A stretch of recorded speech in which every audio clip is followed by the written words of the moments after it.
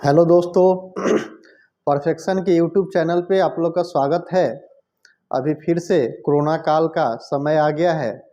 मैं आप लोग से अपेक्षा करता हूं कि आप लोग घर में ही रहें और सुरक्षित रहें और जो भी सरकार का गाइडलाइंस है उसको फुलफिल करते हुए अपने स्वास्थ्य को पहली प्राथमिकता देते हुए अपने कैरियर को भी बनाते रहें। चलिए हम लोग आज इस यूट्यूब चैनल के माध्यम से इंडियन इकोनॉमी के कुछ पार्ट को हम लोग चर्चा करेंगे।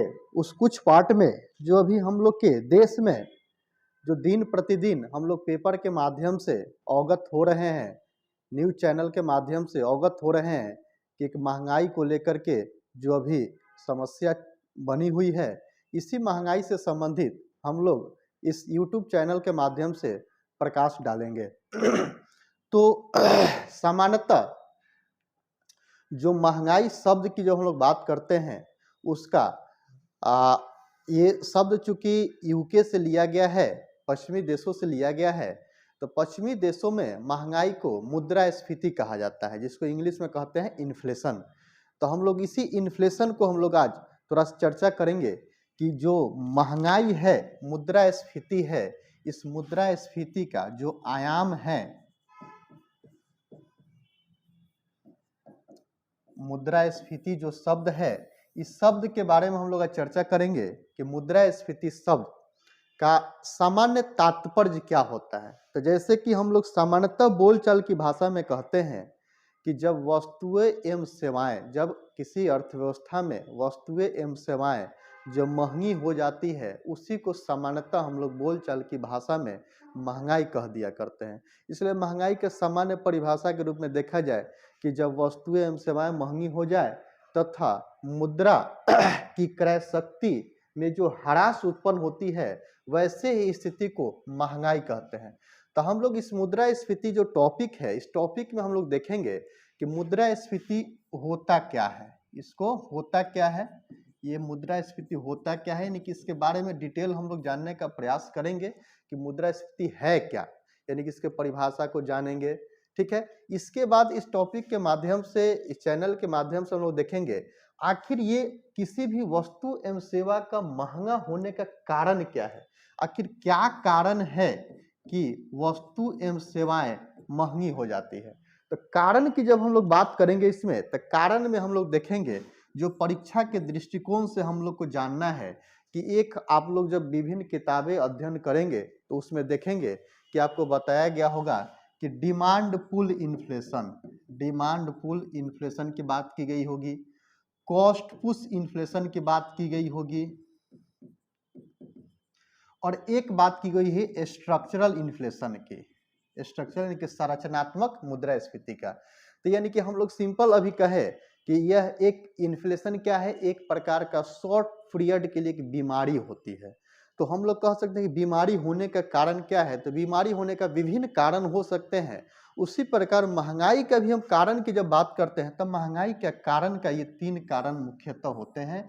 इसको कहते हैं डिमांड पुल इन्फ्लेशन, और डिमांड पुल इन्फ्लेशन का हिंदी जो हम लोग कहते हैं मांग जनित मुद्रास्फीति, यानी कि मांग जनित मुद्रास्फीति कहने का मतलब है कि मांग में वृद्धि होने के वजह से जो मूल्य में वृद्धि होती है, यानी कि मांग में वृद्धि होने का मुख्य जो कारण होता है, हम लोगों के पास में परचेजिंग पावर बढ़ जाती है, हम लोग के पास में परचेजिंग पावर बढ़ जाती है, यानी कि हम लोग के पास मनी की सप्लाई बढ़ जाती है।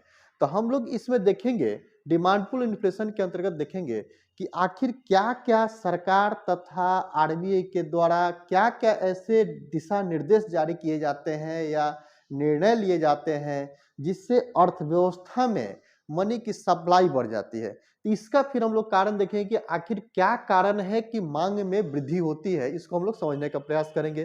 कॉस्ट पुश इन्फ्लेशन में हम लोग देखेंगे, कॉस्ट पुश का मतलब होता है कि किसी भी वस्तु एवं सेवा के उत्पादन में जो फैक्टर लगते हैं, फैक्टर दो प्रकार की हम लोग बात करेंगे, एक आर्थिक कारक की बात करेंगे, दूसरा गैर आर्थिक कारक की बात करेंगे।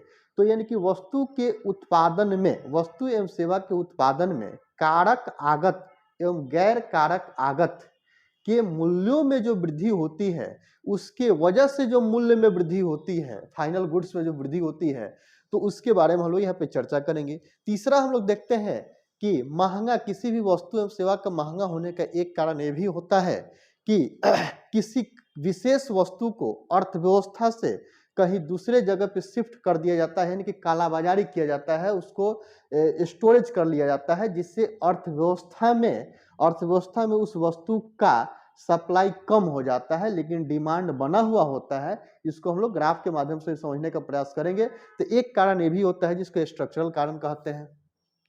इसमें फिर हम लोग समझने का प्रयास करेंगे कि यह जो महंगाई है, जैसा कि हम शब्द की चर्चा कर रहे हैं कि वस्तुएं एवं सेवाएं महंगी हो जाती है, तो वस्तुएं एवं सेवाएं जब महंगी होगी तो इससे लोगों पर क्या प्रभाव पड़ेगा, ये सबसे मेरा मुख्य मुद्दा होगा कि इसका प्रभाव क्या पड़ेगा, ठीक है। यानी कि कोई भी वस्तु एवं सेवा जो महंगा होगा तो इसका प्रभाव क्या होगा, इसके बारे में बात करेंगे। इसके बारे में बात करेंगे कि ये जो महंगाई है, ये जो बीमारी है, इस बीमारी को कम कैसे किया जाए। जैसे अभी हम लोग कोरोना काल की जो बात कर रहे हैं, तो सरकार दिन प्रतिदिन या पूरे अंतर्राष्ट्रीय स्तर पे सारे देश मिल करके इस कोरोना बीमारी से निजात पाने के लिए विभिन्न प्रकार के स्टेप्स ले रहे हैं। उसी प्रकार एक सरकार इस महंगाई जो एक बीमारी है, ये महंगाई एक बीमारी है, इस महंगाई को कम करने के लिए सरकार के द्वारा क्या क्या उपाय किए जाते हैं, इस चैप्टर के माध्यम से हम लोग ये भी समझने का प्रयास करेंगे। इसके बाद फिर हम लोग देखेंगे इसमें कि महंगाई जो ये शब्द हम लोग कह रहे हैं, तो आप लोग किताब में देखते होंगे, रेफरेंस बुक में देखते होंगे, महंगाई के बारे में जब आप अध्ययन करते होंगे तो महंगाई को मापने के लिए 3 प्रकार के सूचकांक का प्रयोग किया जाता होगा। एक आप लोग पढ़े होंगे WPI, दूसरा पढ़ते होंगे CPI, तीसरा पढ़ते होंगे IIP, और एक नया और फिर कंसेप्ट आया है जिसको PPI कहा जा रहा है, लेकिन अभी भारत में उसका प्रयोग हो नहीं रहा है, क्योंकि मुख्यतः यही 3 प्रयोग अभी भारत में हो रहे हैं, WPI, CPI, IIP, यानी कि होलसेल प्राइस इंडेक्स इसको कहते हैं, इसको थोक मूल्य सूचकांक कहते हैं,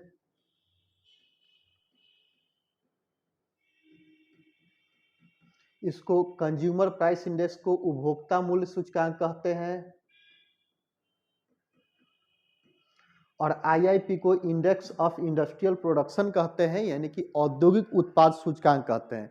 यानी कहने का मतलब ये है कि ये जो मुद्रास्फीति है, इस मुद्रास्फीति में हम लोग सबसे पहले देखेंगे क्या है, इसके कारण क्या है, इसका प्रभाव क्या पड़ता है। इस प्रभाव की जब हम लोग बात करेंगे तो हम लोग देखेंगे कि किसान पर मुद्रास्फीति का क्या प्रभाव पड़ता है, एक पेंशन भोगी वर्ग पर मुद्रास्फीति का क्या प्रभाव पड़ता है, एक फिक्स सैलरी वाले पे मुद्रास्फीति का क्या प्रभाव पड़ता है, देश के आम जनता पर, देश की जब आम आयाम की बात करते हैं, मास की बात करते हैं, तो वैसे देश की जनता जिनकी परचेजिंग पावर बहुत निम्न है, उन पे क्या प्रभाव पड़ता है, तो हम लोग इस प्रभाव की बात करेंगे, ठीक है।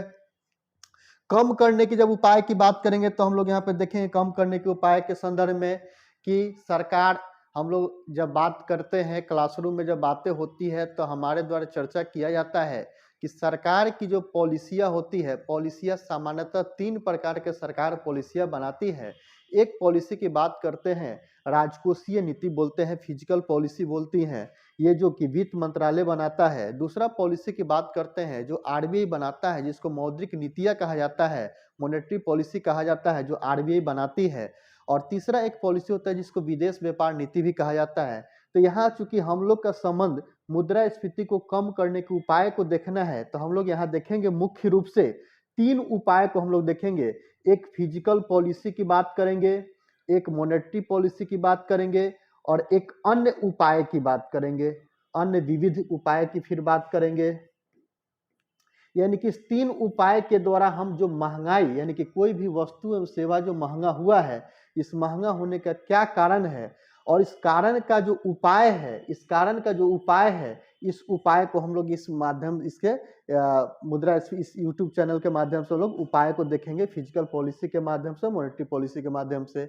और ये जो सूचकांक है CPI, IIP, WPI, इसकी गणना कैसे की जाती है, जैसा कि आप लोग पुस्तक में पढ़े होंगे कि WPI की गणना के लिए 697 वस्तुओं को शामिल किया गया है, और 697 वस्तुओं को 3 बास्केट्स में शामिल करके मैन्युफैक्चरिंग गुड्स, प्राइमरी गुड्स और फ्यूल आइटम्स करके 3 बास्केट्स में बांट करके इसका मूल्यांकन किया जाता है। जब सीपीआई की बात करेंगे तो सीपीआई को फिर हम लोग 6 बास्केट्स में बांट करके अध्ययन करेंगे। जब फिर हम आईआईपी की बात करेंगे तो इसको भी 3 बास्केट्स में बांट करके हम लोग ये सूचकांक जारी करेंगे। यानी कि कहने का मतलब ये है कि महंगाई जो है, इस महंगाई को मापने के लिए 3 सूचकांक का प्रयोग किया जाता है। मापक 3 सूचकांक का प्रयोग किया जाता है, डब्ल्यूपीआई, सीपीआई और आईआईपी। इसको एक एक करके हम लोग समझने का प्रयास करेंगे।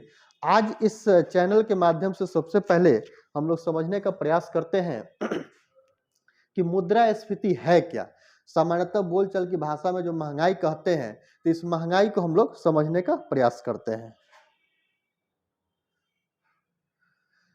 तो महंगाई को समझने का प्रयास करते हैं कि बहुत छोटा सा उदाहरण लेकर के हम चलते हैं कि मान लिए हमारे पास अभी 40 रुपीस थी, ठीक है।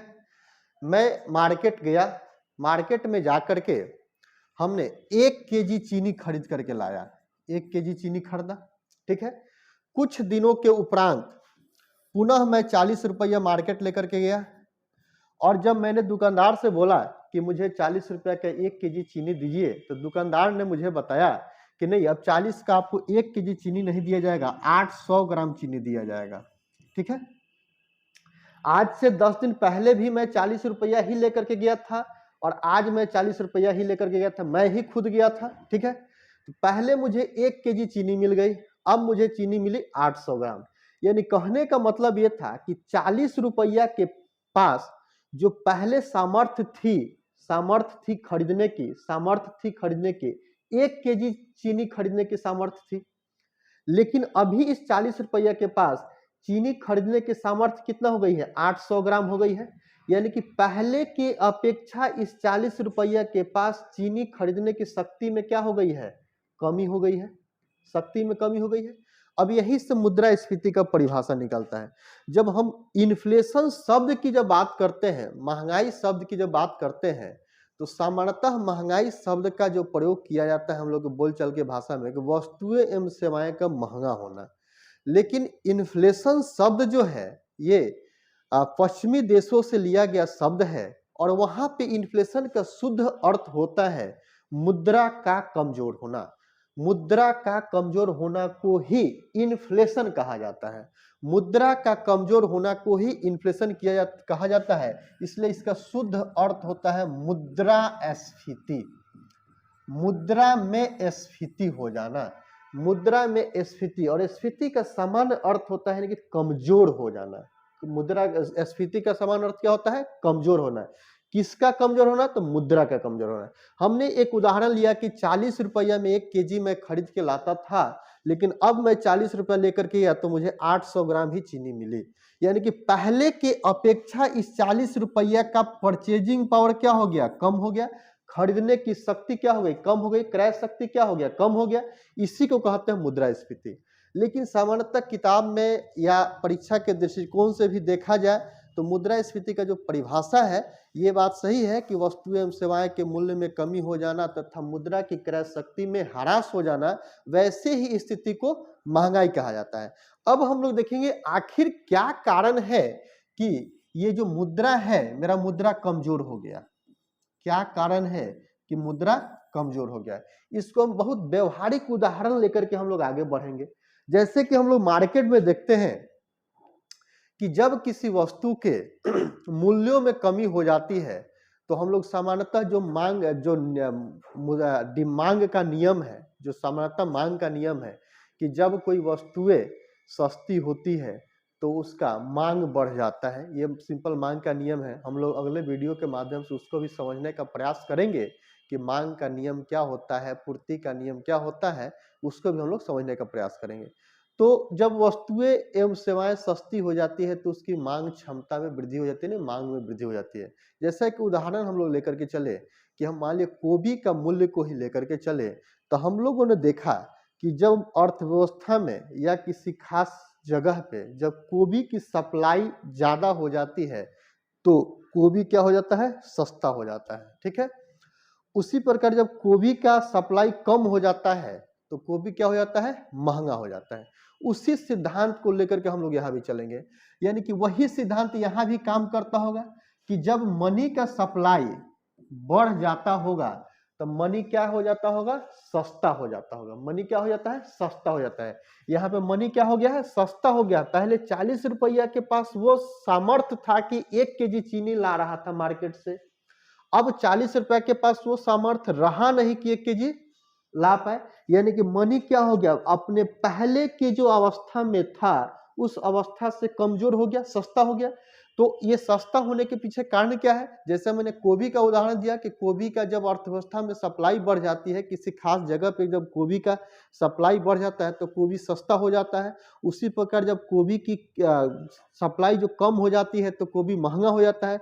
उसी प्रकार जब मनी का सप्लाई यानी कि मुद्रा की जब सप्लाई यानी कि मुद्रा की आपूर्ति जब ज्यादा हो जाएगी तो मुद्रा क्या हो जाएगा, इसको सस्ता कह सकते हैं, कमजोर कह सकते हैं। ठीक है, मुद्रा या तो सस्ता हो जाएगा तो कमजोर हो जाएगा। तो आखिर क्या कारण है, हम लोग को कारण ढूंढना है कि क्या कारण है कि मुद्रा जो होती है वो सस्ती हो जाती है। क्या कारण है कि मुद्रा सस्ती हो गई, क्या कारण है कि मुद्रा सस्ती हो गई, इसी को हम लोग को ढूंढना है कि कारण क्या है। तो जैसा कि हमने महंगाई के कारण के संदर्भ में बात किया था कि महंगाई का 3 कारण है।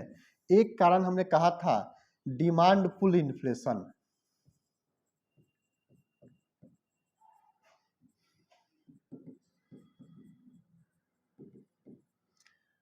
दूसरा मैंने चर्चा किया था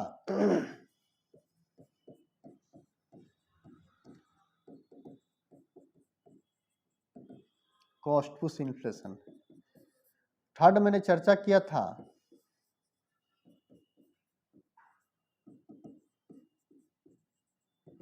स्ट्रक्चरल इन्फ्लेशन। इसमें एक एक करके इसका डिमांड पुल इन्फ्लेशन का हिंदी होता है मांग जनित बोले या मांग जन्य बोले, एक ही चीज है, मांग जन मुद्रास्फीति। ठीक है, कॉस्ट पुश इन्फ्लेशन की बात करें इसको कहा जाता है लागत जन्य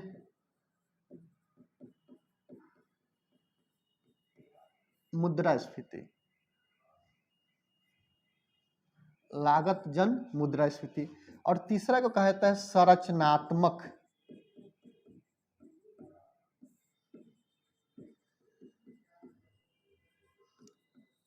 मुद्रास्फीति। यही 3 कारण है जिन कारण से जो मनी सप्लाई है, मनी सप्लाई बढ़ने का मुख्यतः ये कारण हम ये देख सकते हैं कि मनी सप्लाई बढ़ने के कारण क्या है, यानी कि हम लोग सिंपल कहें कि वस्तुएं एवं सेवाएं महंगा होने के कारण क्या है, तो वस्तुएं एवं सेवाएं जो महंगा होने के कारण ये 3 है। ये तीनों कारण से ही वस्तुएं एवं सेवाएं महंगी होती है। इसमें से जो पहला कारण है कि डिमांड पुल इन्फ्लेशन, इस डिमांड पुल इन्फ्लेशन में क्या होता है कि मनी की सप्लाई बढ़ जाती है। इस डिमांडफुल इन्फ्लेशन से मनी की सप्लाई बढ़ जाती है। तो मनी की सप्लाई बढ़ने के पीछे कारण क्या है, इसकी बात हम लोग अगले वीडियो में करेंगे। फिर थैंक यू।